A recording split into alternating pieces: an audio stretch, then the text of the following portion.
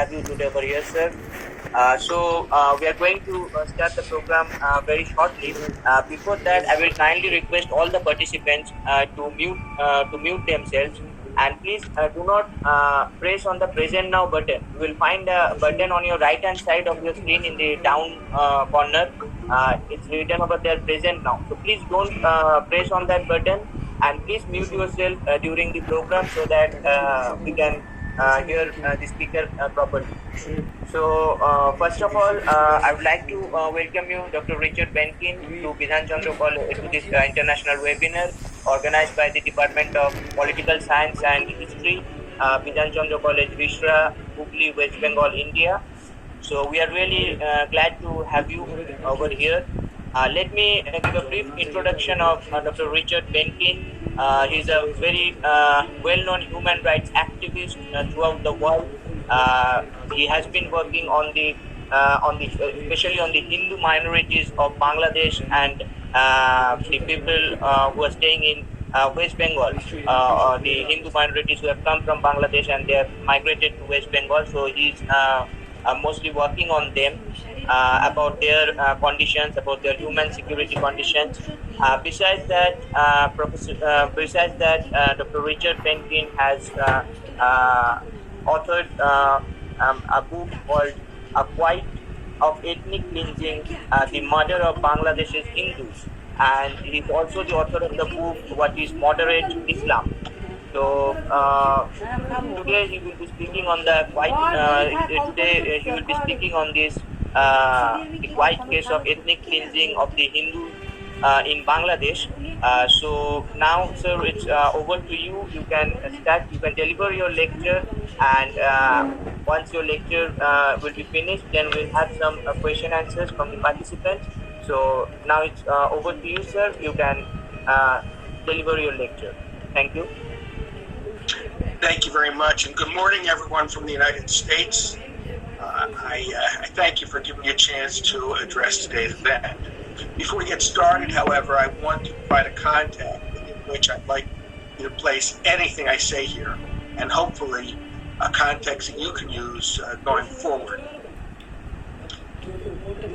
The context is this: the only thing that matters is what we do, and do, and do, and do, until the carnage stops. As my late father would have said, don't break your arm patting yourself on the back for simply attending a seminar or shaking your fists from the comfort of your home. The atrocities against Hindus in Bangladesh will go away only when people care enough about that to take strong action and sustained action. I hope today's talk helps with that. Let's start with some cold hard facts. Pakistan's first census in 1951 found Hindus to be a little less than a third of East Pakistan's population.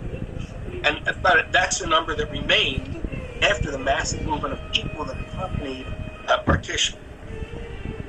When East Pakistan became Bangladesh in 1971, they were less than a fifth. 30 years later, under a tenth. And reliable estimates today put them at around 15%. I'm sorry, 1 in 15 today, 7 or 8%. So you don't have to be Stephen Hawking to know that the next number is not going to be higher. Now, those facts are largely undisputed.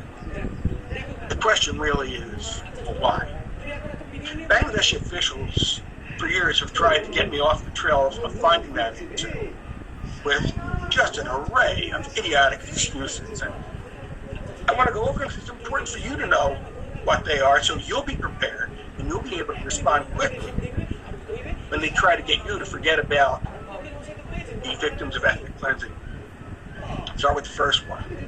It would say to me, oh, Dr. Benkin, there's no problem, because in fact there are more Hindus in Bangladesh today than there were at partition. So you see, Hindus aren't being persecuted. Well, in terms of raw numbers, that's true enough. There are about 3 million Hindus today than there were in 1971. That's a growth rate of about 30%. But I think we want to consider that in 1971, Bangladesh's total population was about 70 million. Today it's 165 million. or about 1 out of every 47 people on this planet. Now, at the same time, its Muslim population grew by about 92 million, which is pretty close to the national growth, and certainly far more than the Hindus' 30% growth. So, are we to believe that this is a coincidence? Fortunately or unfortunately, we don't have to worry. We don't have to depend on belief. We have data. The other part of the argument they give me when they say that is, well, if there's any change in proportion, it's only due to higher Muslim birth rate, which on the face of it might make sense to some people, but I want you to hear about this. According to Mehtab Karim, senior research advisor and senior fellow at Q Forum on Religion and World Affairs, and that's a pretty authoritative group. That assumption about birth rates might have been the prevailing wisdom in the 1960s and the 1970s. But since then, Muslim birth rates in Bangladesh have actually been falling. So to attribute the slow death of Hinduism in Bangladesh to Muslim birth rates is nothing more than an attempt to excuse ethnic cleansing by appealing to bias that's contrary to that. However, throughout this entire period, we've seen an unbroken string of anti-Hindu atrocities that continue to this day with the tacit approval of successive Bangladeshi governments, including the current one. This is well documented in a lot of places, but I want to specifically refer to my 2012 book, A Quiet Case of Ethnic Cleansing, which is available from a number of sources, including the publisher, Akshaya Prakashan in Delhi, Amazon, and on my website, www.interfaithstrength.com. The website also has a great many articles that further document this quiet case of ethnic cleansing. Regardless, it's that human rights tragedy, and not some presumed disparity in birth that accounts for the destruction of Hinduism in Bangladesh. We want to keep our eye on that ball. I've had many Bangladeshi officials react with anger, denying that any problem exists, and referring to guarantees in their constitution. Yet, when I press them, they cannot tell me why reality so tragically diverges from the level of the Constitution. This happened as recently as this year, when one official said to me that he considered opposing me to be the duty of a patriot. Well, I actually told him I understand that, and even respect it, because I'm a patriot myself, and I never shrink from standing up for my country, the United States of America. But I also added that being a patriot also involves listening and learning, and when necessary, addressing our assumptions, if that's the case. And that's true love of country. But the most memorable of these arguments occurred in a very public and very loud argument I had in 2013 with the man who was then Bangladesh's Home Minister, Muhyiddin Khan Alamgir. Now, first he tried to patronize and do nothing, acting as if, my having tea with him, being in his exalted presence, was all I needed. And that's the reason why I disrupt my life all the time and come to land so far and so different from my life. Now, of course, it didn't have the effect he wanted. So then he switched to acting as if he was insulted and being very angry, and launched into what I call a "who the hell are you" sort of rant. By that, he tried to seize the agenda by turning it around and saying, well, what about the United States? Brought up any number of real and imagined sins, from the ethnic cleansing of Native Americans to mass shootings to lower union membership. And I asked him if he seriously was equating low union membership with what was happening to Hindus in his country.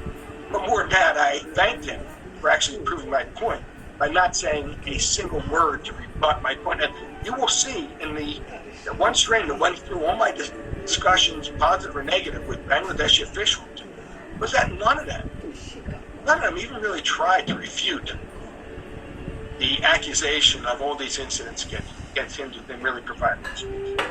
And one of which, he said something, I hear this all the time from internet moles, apologists. He said, oh, no, in Bangladesh, we all live in community. But he also added, well, if you find any evidence to the contrary, please send it to me. I'm the Home Minister. Send it to me, and I will take care of it personally. And that is what he said, take care of it personally. I said to him, are you serious? Do you think I have the word stupid written on my forehead? And then I added, and this is an exact quote, I want to make sure I got this exactly. I said to him, when he asked me for evidence, I said, you mean to tell me that here you are, the Home Minister of the country, and you're dependent on some guy from Chicago to bring you evidence? I think you have much bigger problems than we thought. Regardless, that night, I met with a Bangladeshi family whose daughter had been abducted with police involvement.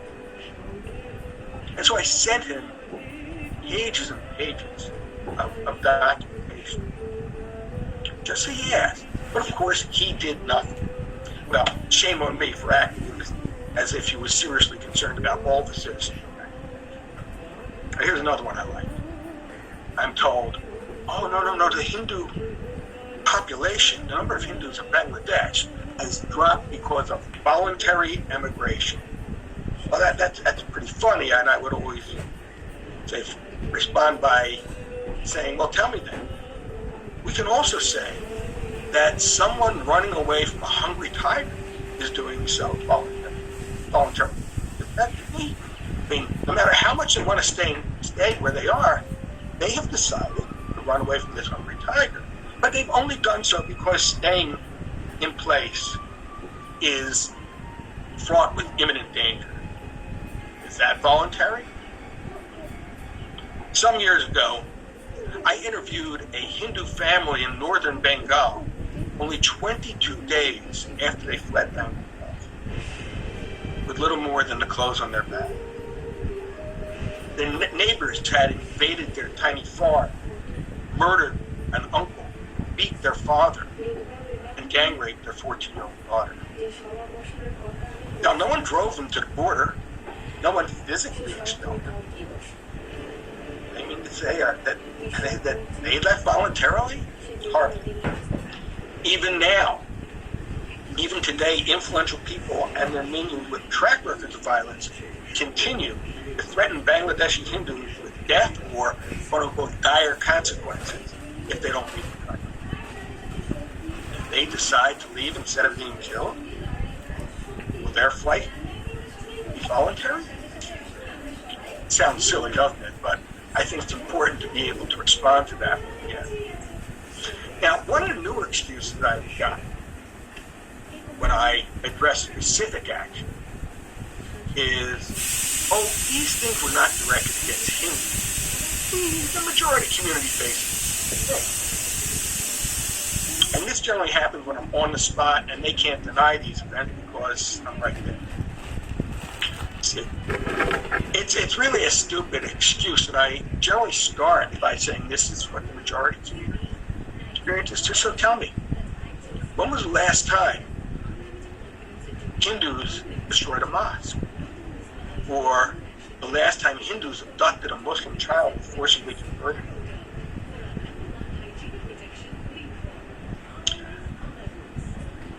In 2019, I'll give you another example of this. In 2019, I was speaking at Dhaka University when I got a phone call, and I had to give my apologies and my speech and go with my dear friend and colleague and human rights giant, Rabinder Ghosh, who founded by Bangladesh Minority Watch. And we went to the spot, and remember it was in Dhaka, where a Hindu family had been terrorized for 4.5 straight hours in broad daylight. I think it was like 11 a.m. to 3:30 p.m. 4.5 straight hours in broad daylight, and this was in the capital. it didn't happen in some remote location where police weren't available. But the police allowed this to go on. And when we arrived at that place, we found their home and temple in shambles. Family members who had fled during the attack were sitting on the floor, picking through the wreckage and trying to salvage any of their possession or religious artifacts. Hearing that we were on our way, the police made a big show of their presence. But more to the point, we asked them what they were doing about this, and their response was, you guessed it, well, this is a simple crime, and the majority of the community faces it. I used the arguments I noted above, and we had some more interaction, and then as we got up to the left, I turned and I said to the officer in charge, one more thing. I happened to notice when I was there some members of your intelligence service.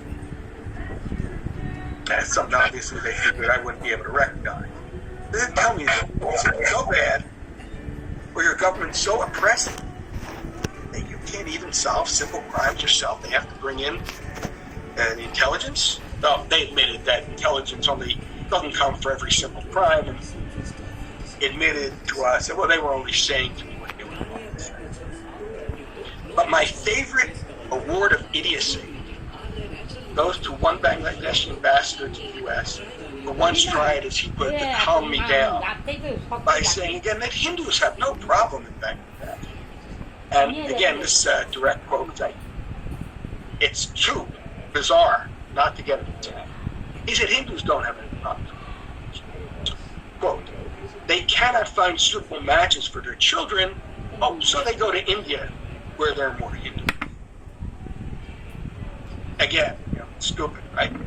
I also told him I've interviewed hundreds of Bangladeshi refugees in India, and not a single one told me they left Bangladesh to find a marriage partner for their children. So, again, these are ways that the Bangladeshis have tried to get me, and I'm sure others, off the trail of identifying their culpability in this quiet case.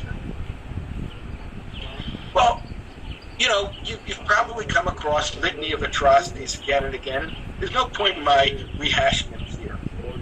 But, I recently wanted to see what was happening in this regard during Bangladesh's initial lockdown period. That was from, I think, 27 March to 30 May.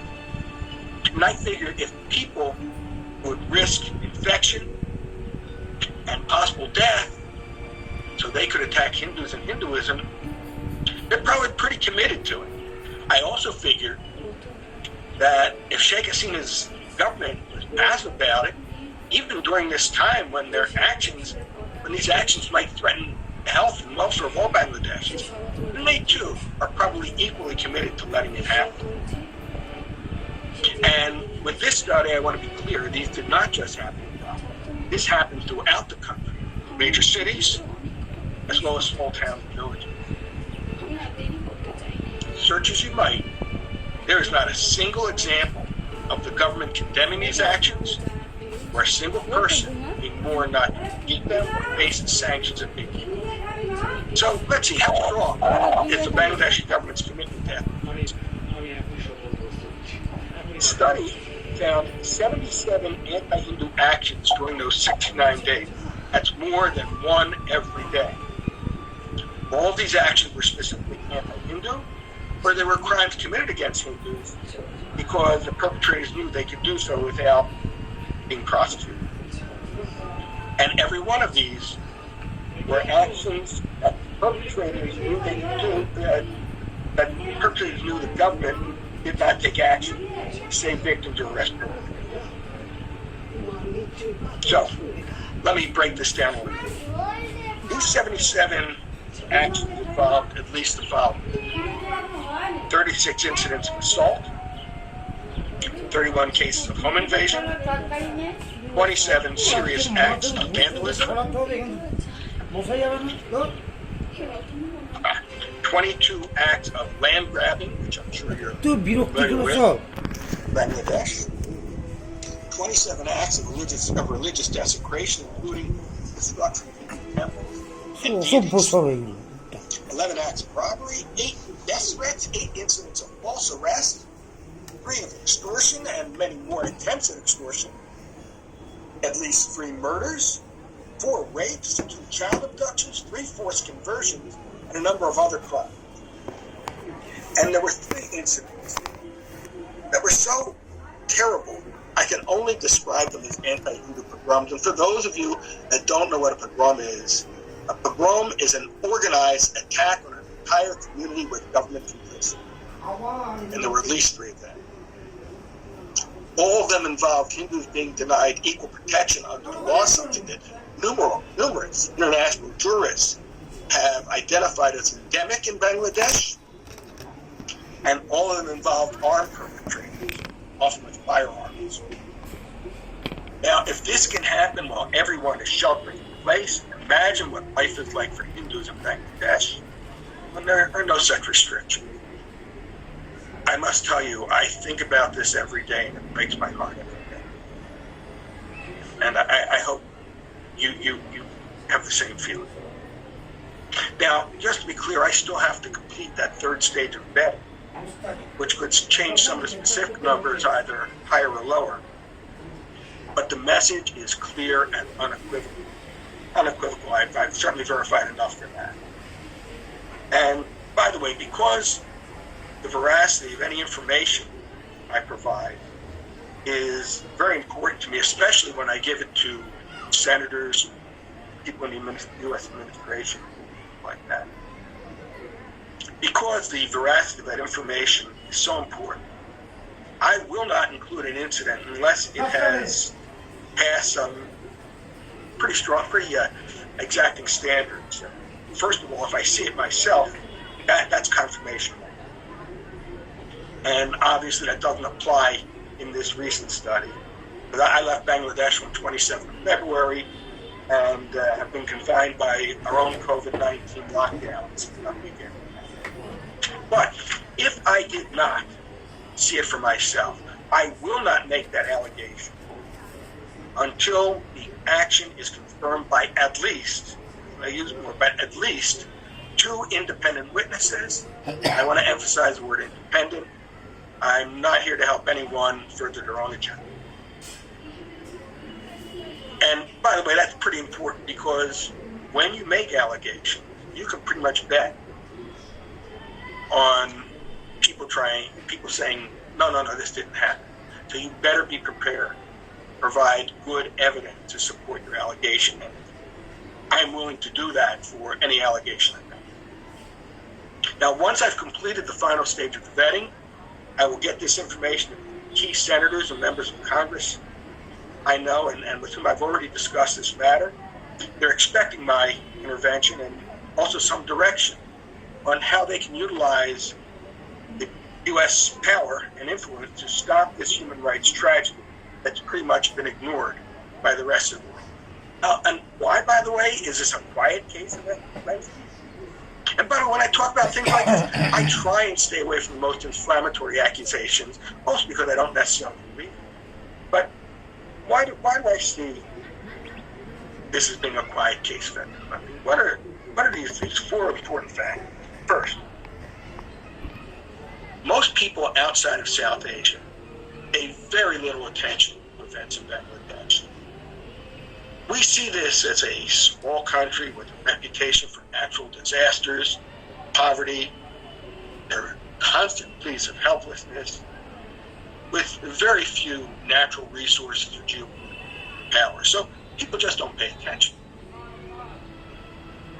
There's also an investment by the international elite in maintaining the fiction of Bangladesh as a moderate nation, and certainly it would be difficult to maintain that fiction for a country that's complicit with the systematic ethnic cleansing that's going on. Another problem is that these atrocities are not carried out by the Bangladeshi government and merely enabled by which generally pushes the issue back to the back of the human rights line.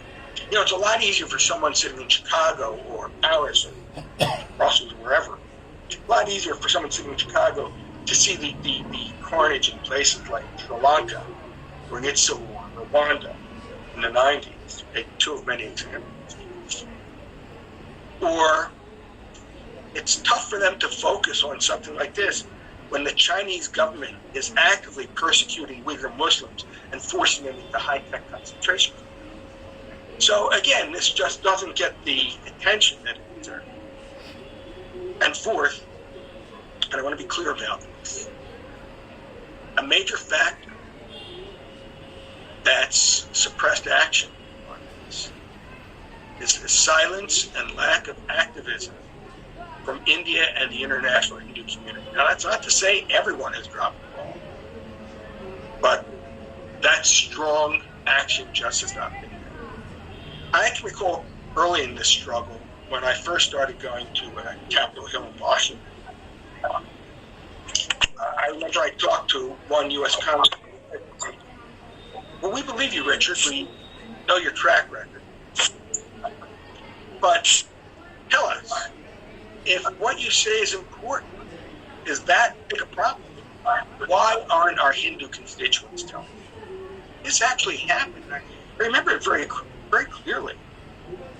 And again, the Hindu American Foundation, which is the premier Hindu group in the United States who I've worked with in Congress, they do provide extensive documentation of this pride case of ethnic cleansing annually. And in fact, its managing director, Samil Kara, wrote the forward to it. Well, all this is fine, but the question really is, what must we do?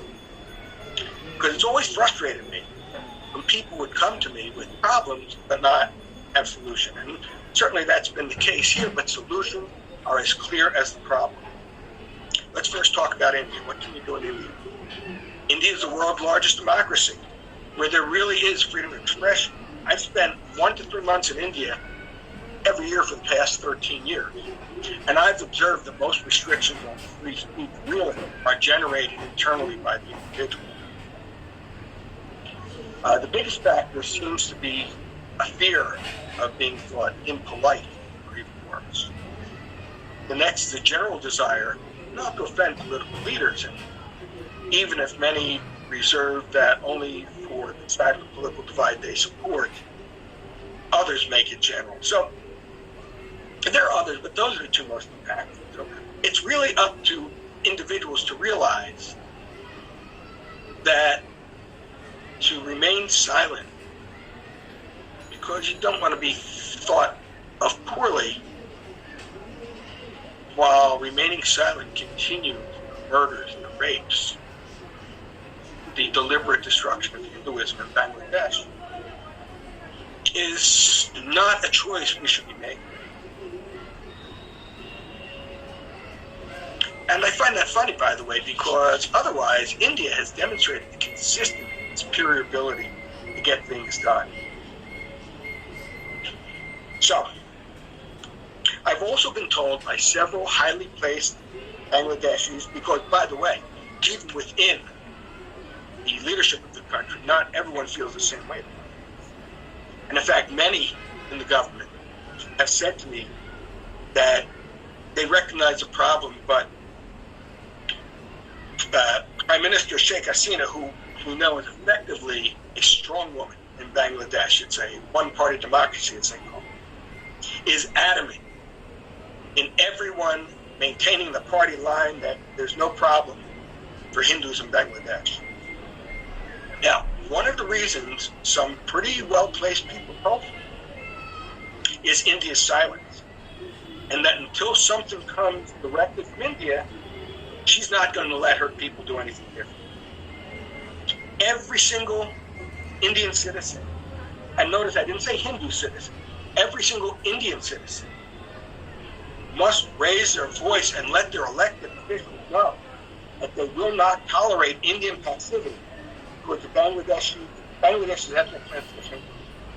Why India? In part because knowing about this and doing nothing about it is morally reprehensible. In part, it's because Prime Minister Narendra Modi already has taken the first step along this path. And I want to emphasize this. By including Bangladesh among the nations that persecute minorities in the Citizenship Amendment Act, it is the first official statement by the Indian government that there is persecution of Hindus in Bangladesh, and that the Indian government finds it so bad, on the same level as, say, Pakistan, that they are offering asylum for these persecutors.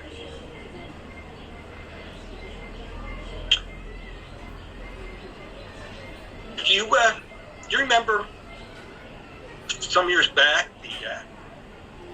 the Danish cartoons of the Prophet Muhammad? And by the way, this is not a criticism of Islam. This is actually a compliment.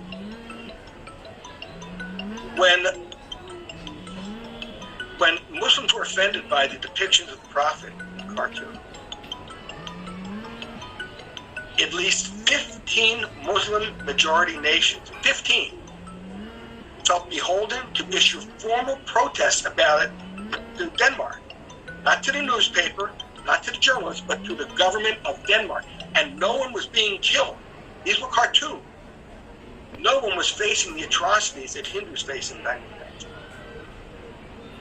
And in fact, Bangladesh lodged a formal diplomatic protest. Pakistan's ambassador urged Bangladesh to punish the cartoonist. Iran, never one to be rational, recalled its ambassador from Denmark and blamed it all on a Zionist conspiracy. I love that. When will India stand up for persecuted Hindus right next door? And if it does not, and nothing happens, we will only have ourselves to blame for a failure of will and lack of action. And I happen to know Prime Minister Modi, and I know he is personally grieved by what's happening. By the way, do you know that when I first learned about this, several self-styled Hindu nationalists told me not to do anything about this? Oh, they said, nobody cares about this, and nobody will ever care. Now, those are pro-Hindu organizations. Let's move now to my wheelhouse, the United States. We've taken action on human rights issues without regard to whether it was in our national interest. We led the international effort to save Bosnian Muslims. And by the way, in the 1990s, after about 1,000 were killed. And of course, we have millions who were killed here. And even though that was done under NATO, the reality is it doesn't happen without U.S. leadership or America being the major military force. Early in this century, the United States provided leadership on Darfur and was part of the multinational force that intervened. And in these and other cases, the U.S. issued very strong statements, took diplomatic action, and funded the action of others. I've become a rather familiar face to many in Washington as I continue pressing this case, and I will continue to fight for my country to do the same for Bangladeshi Hindus as it did for Bosnian Muslims. We were particularly well suited for this role. First of all, while Bangladeshis are rightly proud of their nation's economic miracle, it could all come crashing down in an instant if we get serious about stopping this human rights atrocity being carried out against you. Bangladesh's economy is inordinately dependent on one thing: its exports of ready-made garments. And guess who their biggest customer is? That's right, the United States. What would happen if President Trump imposed tariffs on Bangladeshi goods, making them more expensive in a very competitive market? Well, as someone who spent decades working in the U.S. corporate world, I can tell you what will happen. Bangladesh's customers will look elsewhere for more reasonable prices. And I have to tell you, no matter what Bangladesh tries to say or do after that happens, there's no way they ever get that market. Add to that the fact that, especially in today's environment, U.S. corporations will be very shy about doing business with a nation that's identified as being guilty of ethnic cleansing. And I've spoken with many of the leaders. And this is a real Achilles heel for Bangladesh unless they do the right thing. And I've advised them many times that they can get out in front of this to prevent the sanctions, actually be a hero stuff. The Bangladeshi the Bangladeshi economy has been hit hard by COVID-19. Like China's economy, Bangladesh's is not self-sustained. It doesn't control its own destiny. Both are dependent on consumer habits halfway around the world. And those consumers aren't spending money right now. Moreover, there are structural changes in the U.S. job scene, for instance. There's more people working from home, which means less need for continually refreshing our wardrobes. All Bangladesh has to do in order to avoid a complete disaster is recognize what they already know and, as they said, get out in front of that issue. In discussions with Bangladeshi officials, I've pointed out that if one individual, me, I'm just one guy, I don't have any special powers. If just one person like me can uncover and document their complicity in ethnic cleansing, it's only a matter of time before others do the same. Already, the conversation has changed in Washington, and most people recognize Bangladesh's complicity. Some are ready to take action. We've already had congressional briefings on it. Yet in one of those briefings, the Bangladeshi government continued to deny what the mounting evidence is showing all of us in the United States. Now, the key to getting it done is making sure there's equal protection under the law for all Bangladeshis. If Sheikh Hasina and her government does that, not just says everyone has equal protection, but actually does something about it, she will neutralize this growing anger at her government, and no doubt she'll prevent sanctions placed against it. So I'm going to close my talk with the same challenge I issue whenever I close. And I pray that you take this challenge seriously. Not just today, but tomorrow and all the tomorrow that follows. But here's how I like to close my talk. When you leave this seminar today, what are you going to do about what you heard? Not what will you say, or how will you feel, or how angry you'll be, but what will you do? What will you do? Vivekananda Chandra College is about a 3-hour drive from Bangladesh, and less than 45 minutes from that border is Shakira, which has seen a number of anti-Hindu actions. So it's right in your neighborhood. The most recent anti-Hindu action in Shakira was only 48 days ago. So what are you going to do about it? I'm going to continue doing what I do, but what are you going to do about it? And that's the challenge. That's the challenge we all face. What are you going to do about it? Unless you don't think this is important enough, probably yourself, well, you'd rather not disturb your schedule because you don't think it's that important. Well, that says something too. That's the only thing that matters. What goal it is for us to congratulate ourselves for being part of a seminar or writing a paper, while Bangladesh's Hindus still live in fear and face multiple atrocities, as we've seen every single day. I found that people engage in human rights atrocities most often because they believe that, one, they won't get caught, and two, no one's going to make a fuss over it. Bangladeshi Prime Minister Sheikh Hasina feels safe enough to allow this to continue, primarily because no one in India cares enough to say anything about it. Change her calculation. Make a big stink about it. To her, and even importantly, to your own elected leader. They work for you. You don't work for them. You can make a difference in ways that I can't. With sustained effort, and I want to emphasize sustained effort, it's not a one-time deal. The sustained effort, you can make your leaders accountable for what they do or don't do about this. And again, I want to emphasize, I'm not just talking about Hindus. This should be something that every Indian, regardless of faith, is angry about and does something. So if you really want to do something about this quiet case of ethnic cleansing,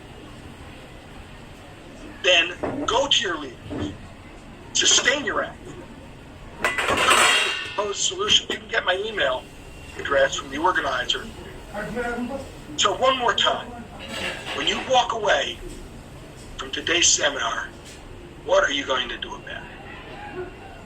Thank you very much.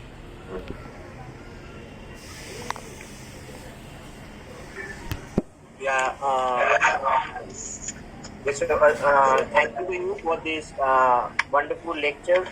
You have highlighted the issue of minority security in Bangladesh, as well as you have also talked about the Hindus, especially they are facing the human insecurity problem, how they are facing the human insecurity problem in Bangladesh.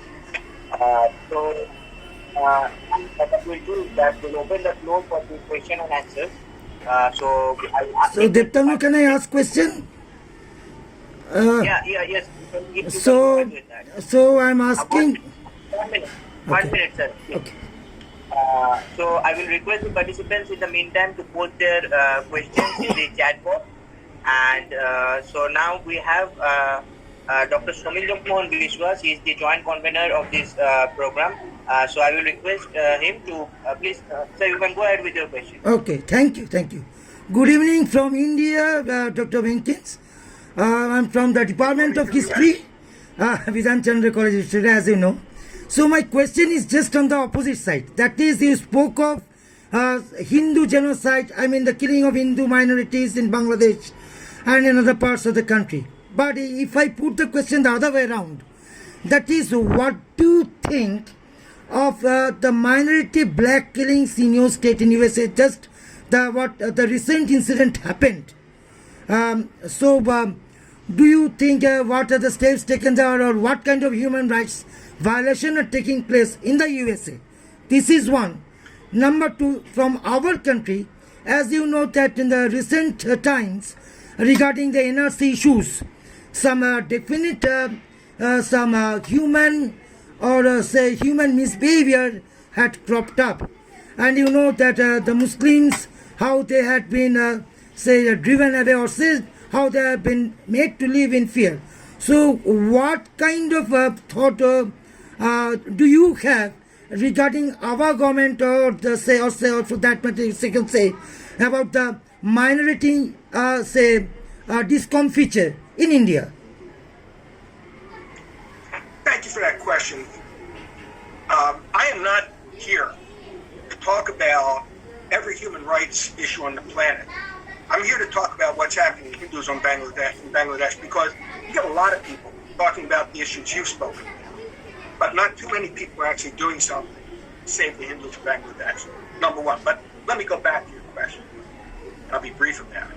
When I first started here, I was advised by highly placed people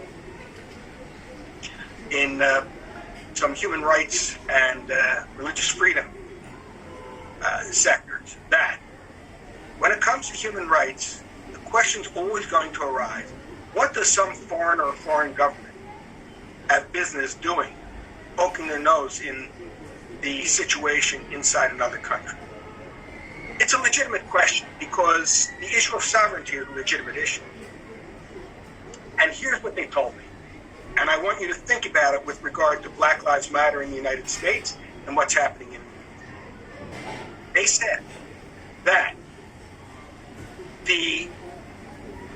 a human rights violation becomes the business of others when the government and the nation itself supports it. With regard to Black Lives Matter, people are protesting in the streets, and they're being protected because this is a constitutional right, and we're already seeing structural changes. I never said the United States or India were perfect. And it's sort of a silly thing to even have to say. Of course, no country is perfect. And what a country must do is, as I told that person who thought he was being patriotic, is continuously leave open the voices that others might have. And that's what's happening in the United States. And I would say that if we want to compare the situation of Muslims in India and Hindus in Bangladesh, let's just look at the numbers. The Bangladeshi Hindu population is disappearing. That's why, by the way, my daughter, who's an artist, did the cover of this book. She said, if you start in the back, it looks like the community is large, but the longer we go on, the more that community is being driven to extinction. And if we don't act, we're going to end up over here. So Hindus, the number of Hindus is dropping precipitously in Bangladesh. The number of Muslims in India is growing. If things are so terrible for Muslims in India, why are Muslims coming to India? That's fine if they do. That's not my business to say one thing or the other. But I would just have to ask, if it's such a terrible human rights place, and the human rights are so terrible for Muslims, why is the Muslim population growing? Why do Muslims continue to immigrate to India? So that's my answer to your question.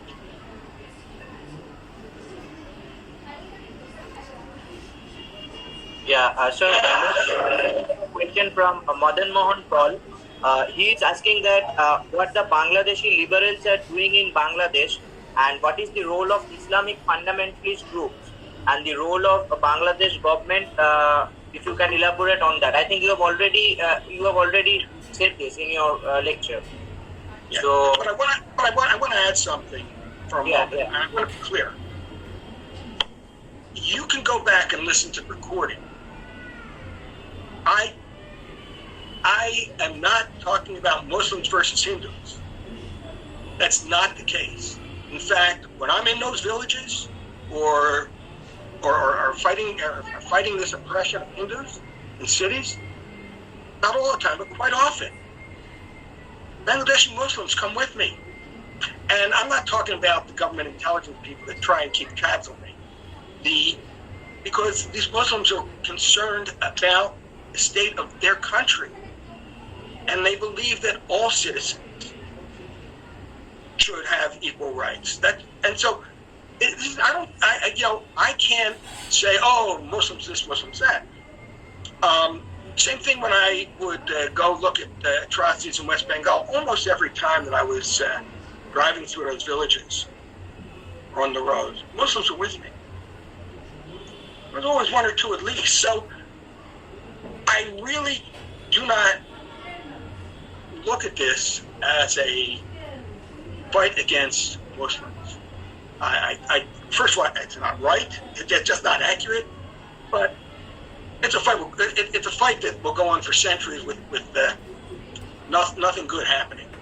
So I mean, they're just too recent growing. So I just want to be clear. I am not demonizing Muslims. I know too many who are working with me on this issue. Excellent question. yeah. Next we will request, I think, Sukhdev Das, are you there? I am here. Yeah. You wanted to ask a question, so you can go ahead with the question. Good morning, Richard Benkin, sir. Good morning. I want to discuss with you two things. Number one, you mentioned that Indian community and international community need to focus on the problems of minority communities problem in Bangladesh. But one thing in my observation, if in India little bit mishappening or mis-event will happen, then Bangladeshi Muslim community are start their persecution over minority community. This is my observation I add to you. And my question to you, you mentioned the ethnic cleansing in Bangladesh in this community. How would you define Hindu community in Bangladesh perspective that Hindus are a ethnic group? This is my specific question to you. And Okay. Let me try and remember. I think if I heard correctly, and if I misunderstood or misheard, please. I believe your first part of your question was if India takes a strong stand or takes action to protect Hindus in Bangladesh, there's a concern that Muslims in Bangladesh will commit atrocities against Hindus. That, I believe, is what I heard. And I guess my response to that would be two. One is that it's already happening. So Secondly, and it's already happened without India taking a strong stance. So secondly, I want to give you an historical example.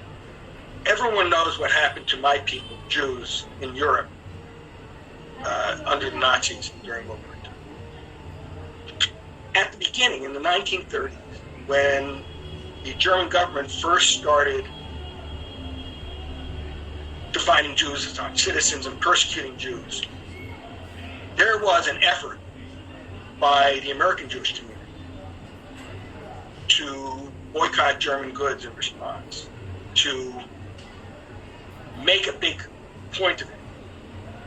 Well, they were told by people in Germany, primarily, that, well, if you do this, the Germans are going to retaliate and make things worse on us.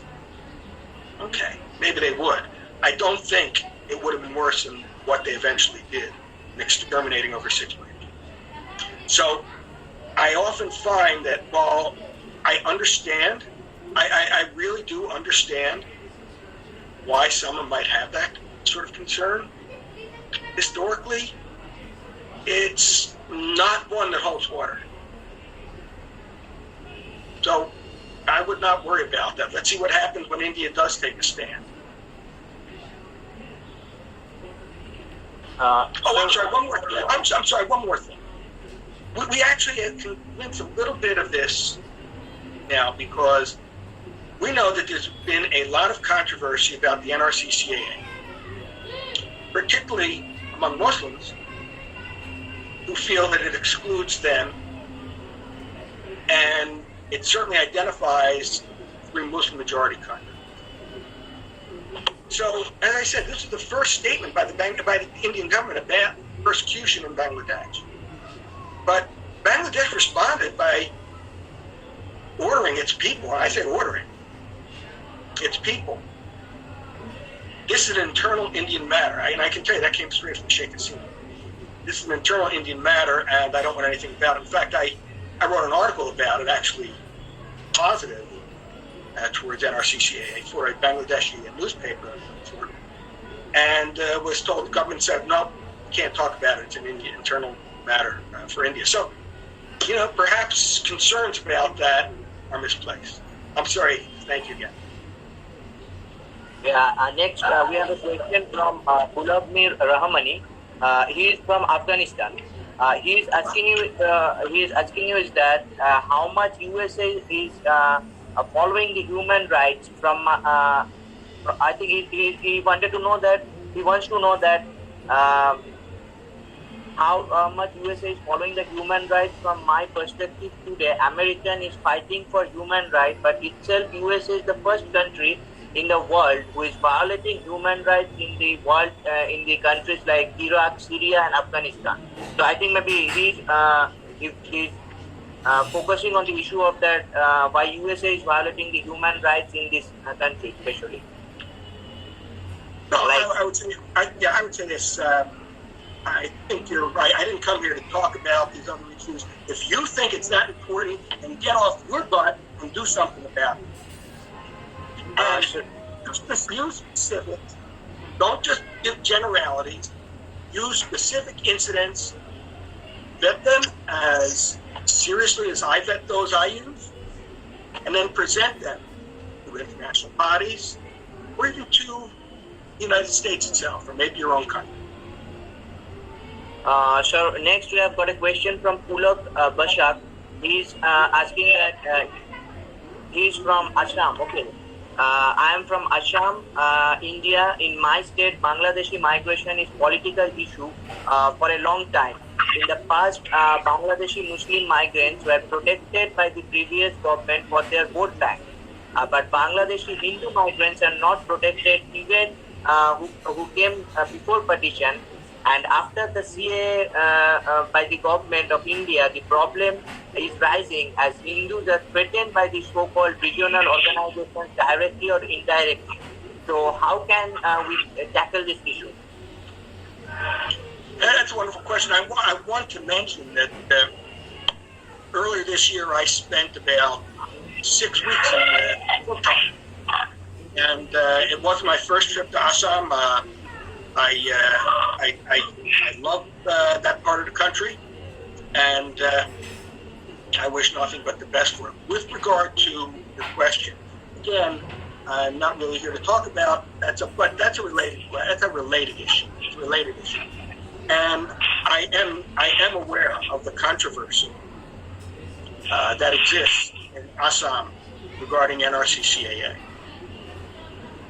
I have to say, this is something that the people in the government of Assam are going to have to work out with the center, and they're going to have to make their stand known. And again, what I would suggest, that's what I suggested earlier to the person who was making general allegations about my country.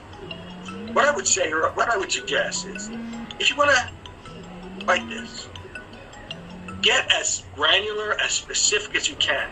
Use the academic rigor that I learned at the University of Pennsylvania. Use that academic rigor to make sure that anything you allege is specific and can be defended against all people who try to oppose you.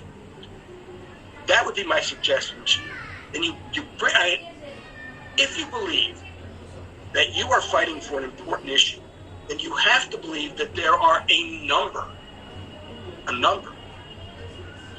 of specific atrocities that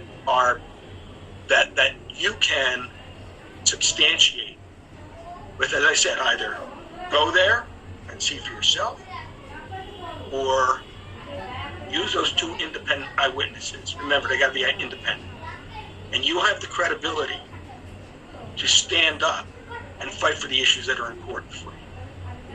And for everyone at the seminar, including the gentleman who made the accusations against my country, anyone who's willing to work that hard, who cares that much, and will not be dissuaded from what he or she finds to be a serious issue because they're afraid of not being comfortable.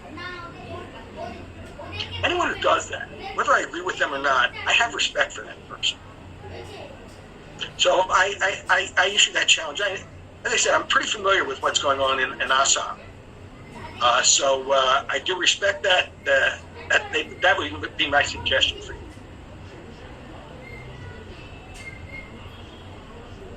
Next, we have a question from Anjana Banerjee. She is asking is that she would like you to emphasize on the flip side of the Citizen Amendment Act proposed by our government, which is itself discriminatory and highly xenophobic, according to her. And she is asking that, can this be a welcoming call for Hindus in Bangladesh, or just a piece of a populist measure to seek legitimacy? Yeah, good question. And I understand the controversy surrounding NRC-CAA, which is why I make a point of saying why I think it's a good thing. Now, my perspective on NRC-CAA, what I'm about to say, realize I'm an outsider. I think I know a little bit about South Asia because I've spent so much time there, and I think I respect, so much of what we see in South Asia. My understanding is that minorities are persecuted in Pakistan, minorities are persecuted in Afghanistan, minorities are persecuted in Bangladesh, and India is recognizing that reality and saying that it will be a haven for it.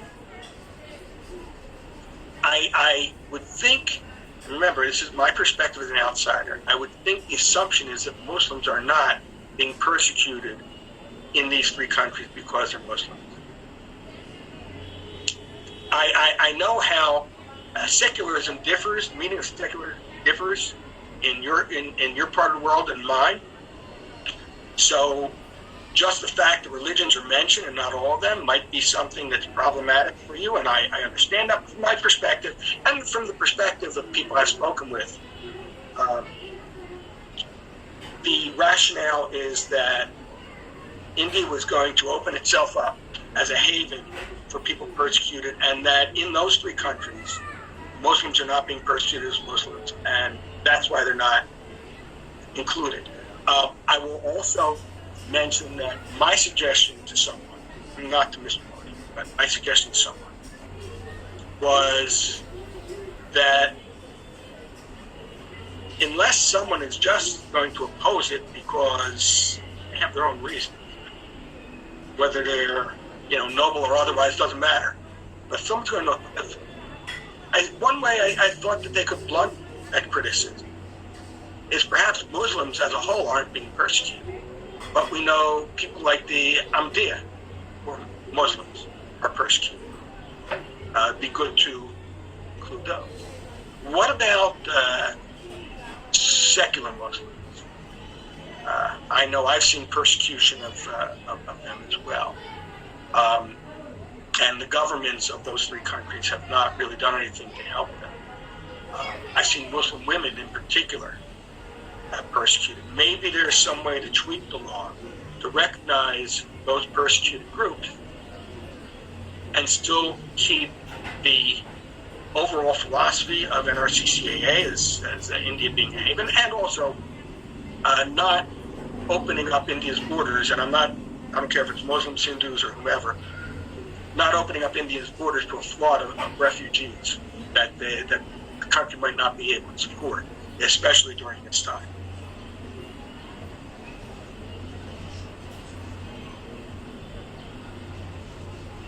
Actually, Professor Gulabir Rahmani, who asked you the previous question from Afghanistan, he wants to ask you a question directly. Okay, so I will just unmute him.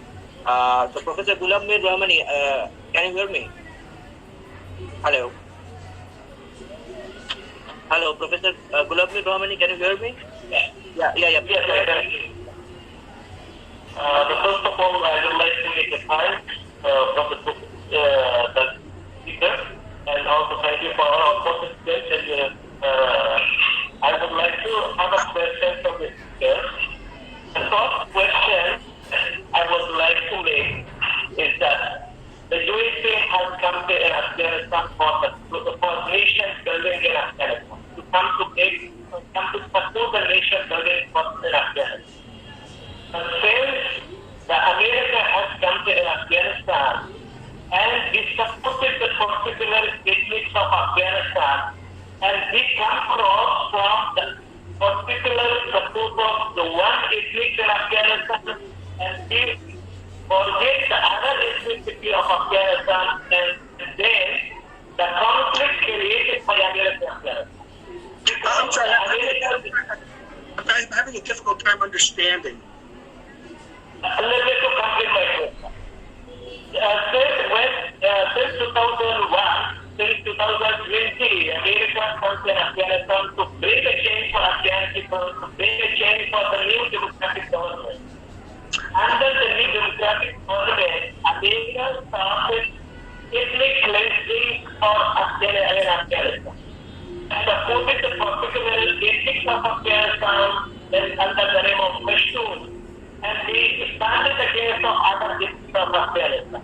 And we itself created a problem in Afghanistan. Okay, let me interrupt you. Let me interrupt you. Ask your question and let me answer it. Nothing you said, nothing you said identifies a single case of what we call ethnic cleansing. You've talked about geopolitics. You've talked about U.S. relations with Afghan governments. Look, you got a problem with that, you deal with your own government. But we're not seeing U.S. involved in these actual actions, which you haven't even mentioned. So you might have, you really have. Remember what I said. The first question is, what's the native government doing about it? And in fact, I would ask, what specifically are you referring to? Do what I do. Do what I do. Put yourself on the front line. If you're going to make an allegation, get the specific facts, then use your knowledge, use your skills, use everything you have to make sure people see those facts. And I'm going to make you a deal. If you can do that for me, and you can get my email from the organizer of this conference, if you can do that for me, when I go to Washington, I'll mention it. I will bring it. I know a lot of key people and I will make sure I bring it. But you got to give me information that you vetted. I'm also happy to have an ongoing discussion with you about this stuff. But this is not the time to talk about the U.S. and Afghanistan. This is time to talk about how we're going to save the Hindus in Bangladesh. Sir, I would like to indicate a complete question that does not make my point. Because there is the Americans supporting the nation building in every country. Wherever the America wants to go, they want to make the nation building. And they want to support the government, the government. When the Americans... Let me know, because you're taking time away.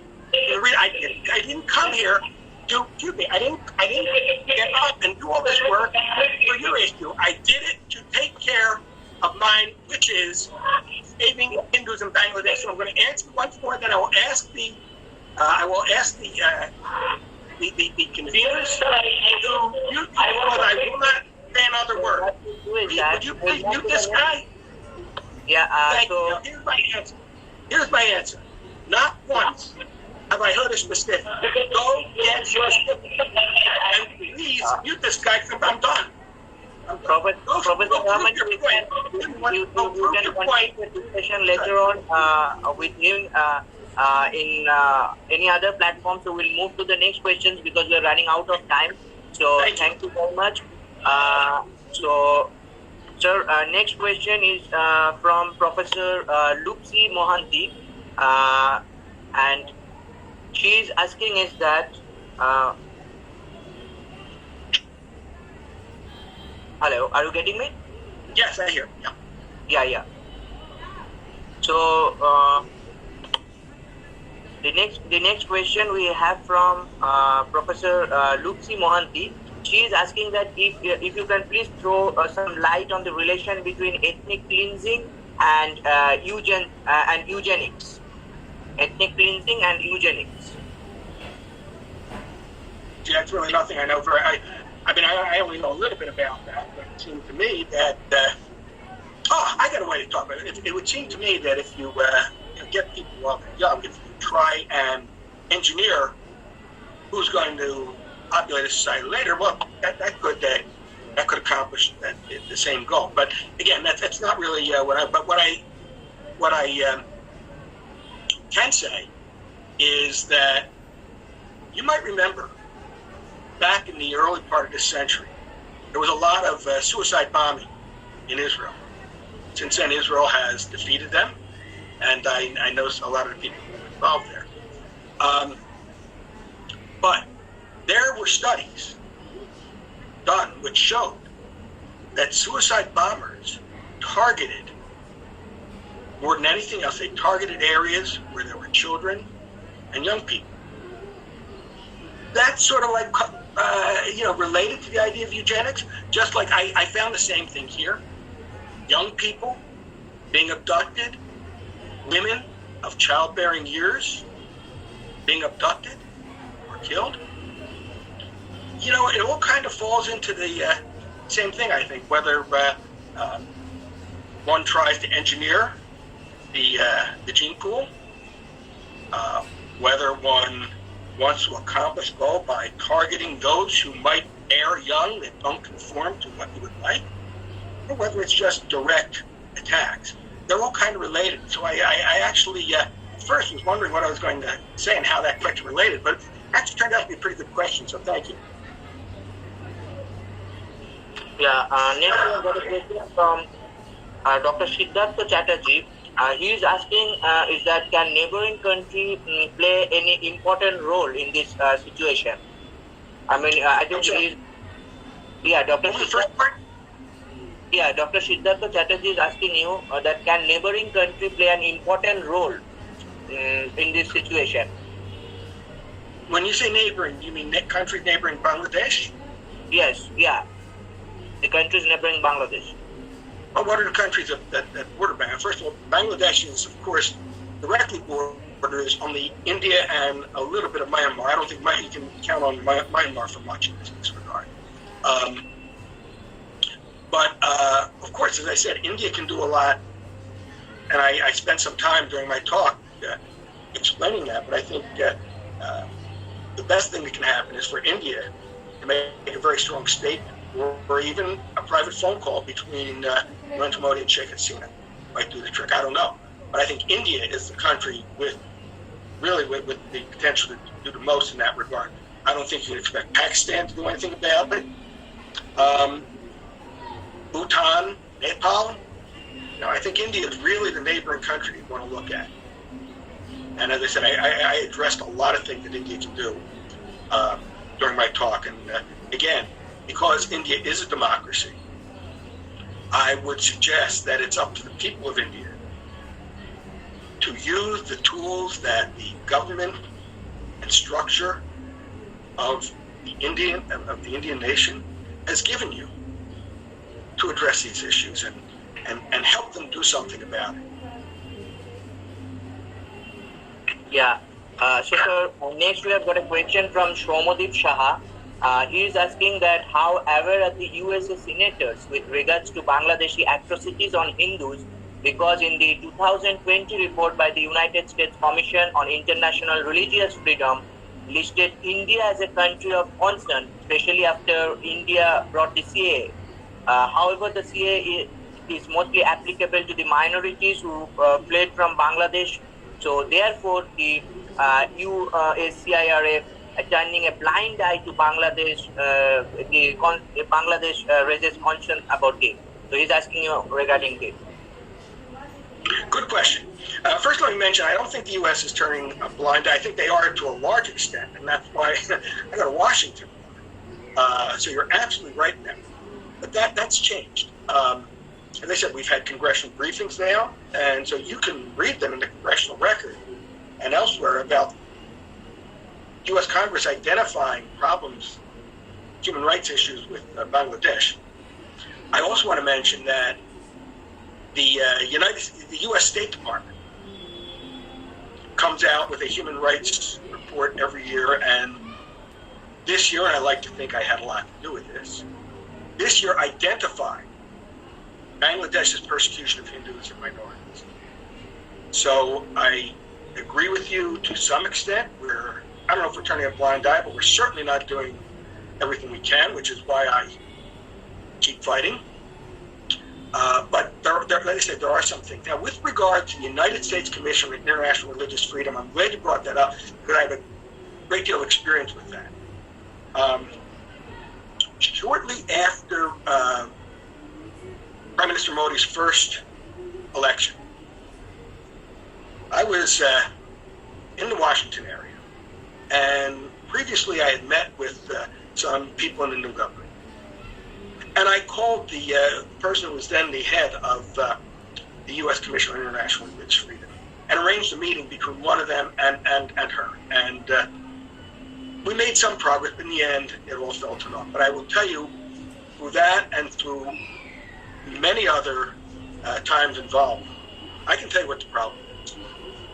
It's not so much a substantive problem, but India is one of only two countries that refuses to allow the United States International Commission on Religious Freedom to go in and look at things.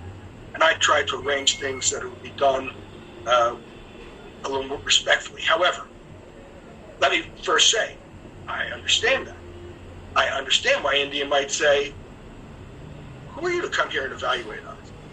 Any country. But India, and by the way, the only other country, Cuba, which does not have a good record on human rights at all.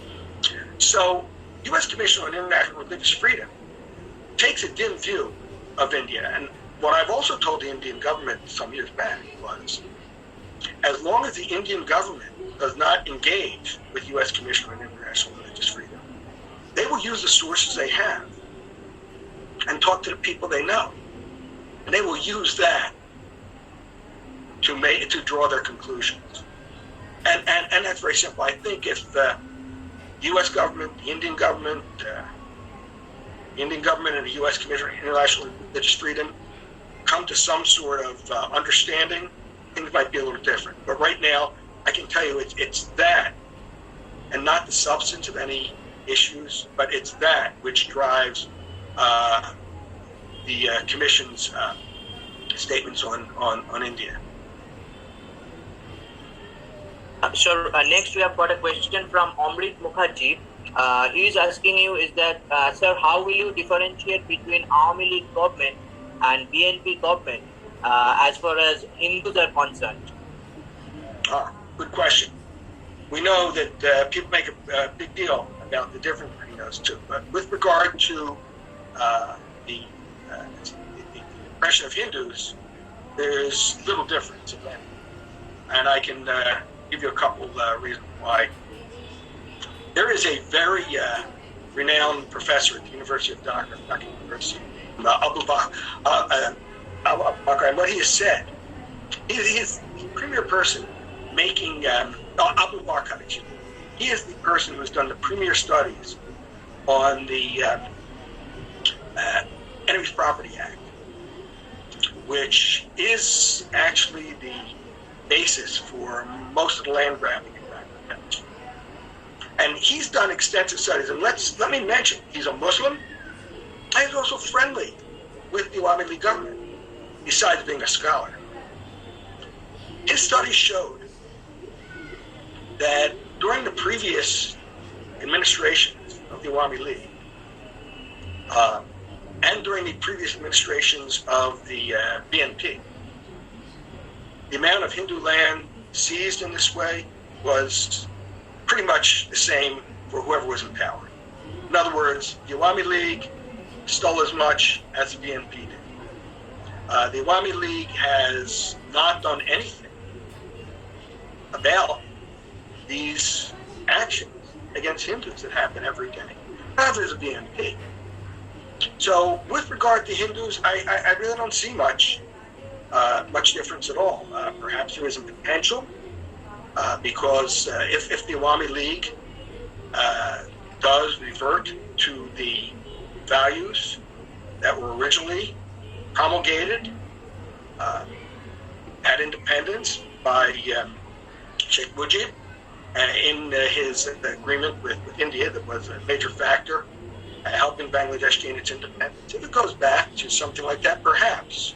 But thus far, there really has been no difference between the two parties with regard to Hindus.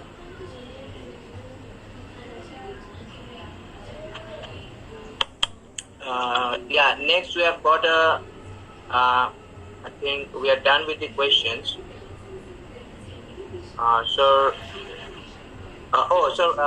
have missed one question. Okay, so just give me a minute. I'm going back to that question. This question is from Venkata Ramaldu. He's asking you that at present we are in power politics and politicians are using many instruments like religion, language, etc. To win elections, and Citizen Amendment Act will increase. He has written that it will increase people in India and it will give rise to so many problems. If you can emphasize on it, sir. I think he wanted to mean that the Citizens Amendment Act will bring more citizens into India. So if you can emphasize on it. That's a good question. I really haven't thought about it that way.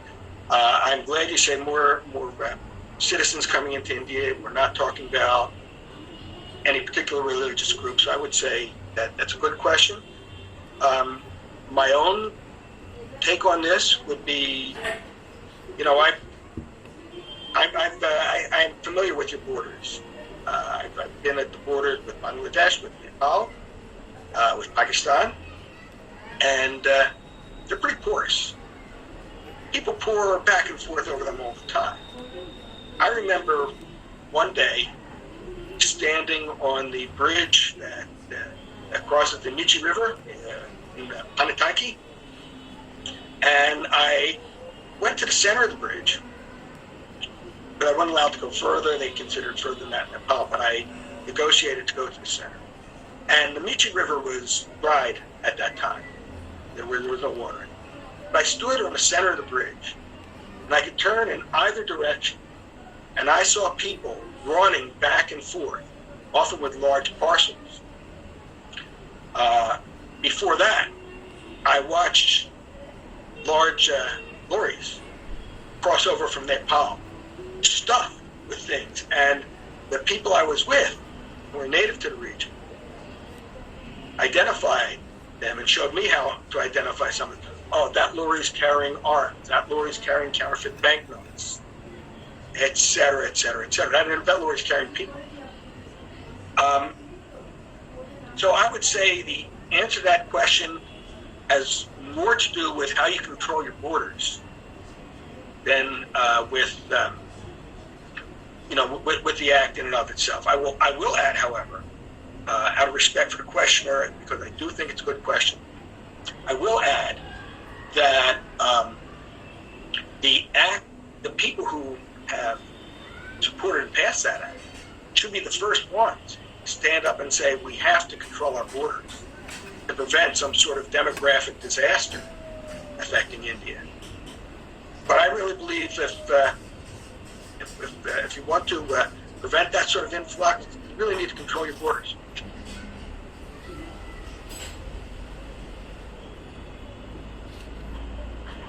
Yeah, so we are done with the questions. So at last, I would like to give you my brief observation on this.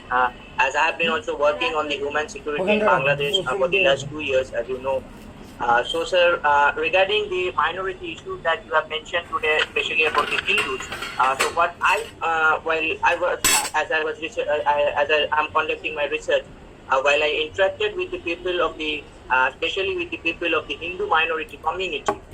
So, what I found is that some of them said that they are fine in Bangladesh, or they are very much happy with their present condition. But I think there is some fear that is working, that is forcing them to say these words to the researcher. So as I can observe from my observation, I'm saying you this. And regarding a person asked you a question regarding the how we will say what you will say about the Awami League and BNP. What are their role in the Bangladeshi politics in safeguarding the rights of the minority communities? So before that, there was Jeremy Seabrook, who has worked on this issue. And then a few days back, I was reading an article of Sohela Nazneen. She's from Bangladesh only. Both of them have highlighted this, that PNP and Awami League are the two sides of the same coin. And in that article of Sohela Nazneen, what I found is that one of the participants who has participated in that research project, he has mentioned that why the Awami League and PNP should care for us. If we stay, Awami League is happy because they get votes, and if we leave, they get the land. And PNP does not care because if we leave, they get the land, and Awami League loses votes. So this has been observed this has been put into her writing by Sohela Nazneen. So basically, the conditions of the minorities, especially the Hindus in Bangladesh, in terms of human security, I think needs to be safeguarded, and the world community must act on that, as you have also highlighted in your lecture. So thank you very much, sir, for your time. We are really glad that we got you today over here. And sir, we'll love to have you in our college once in the post-COVID situation. Definitely, we'll look to interact with you more in the coming days.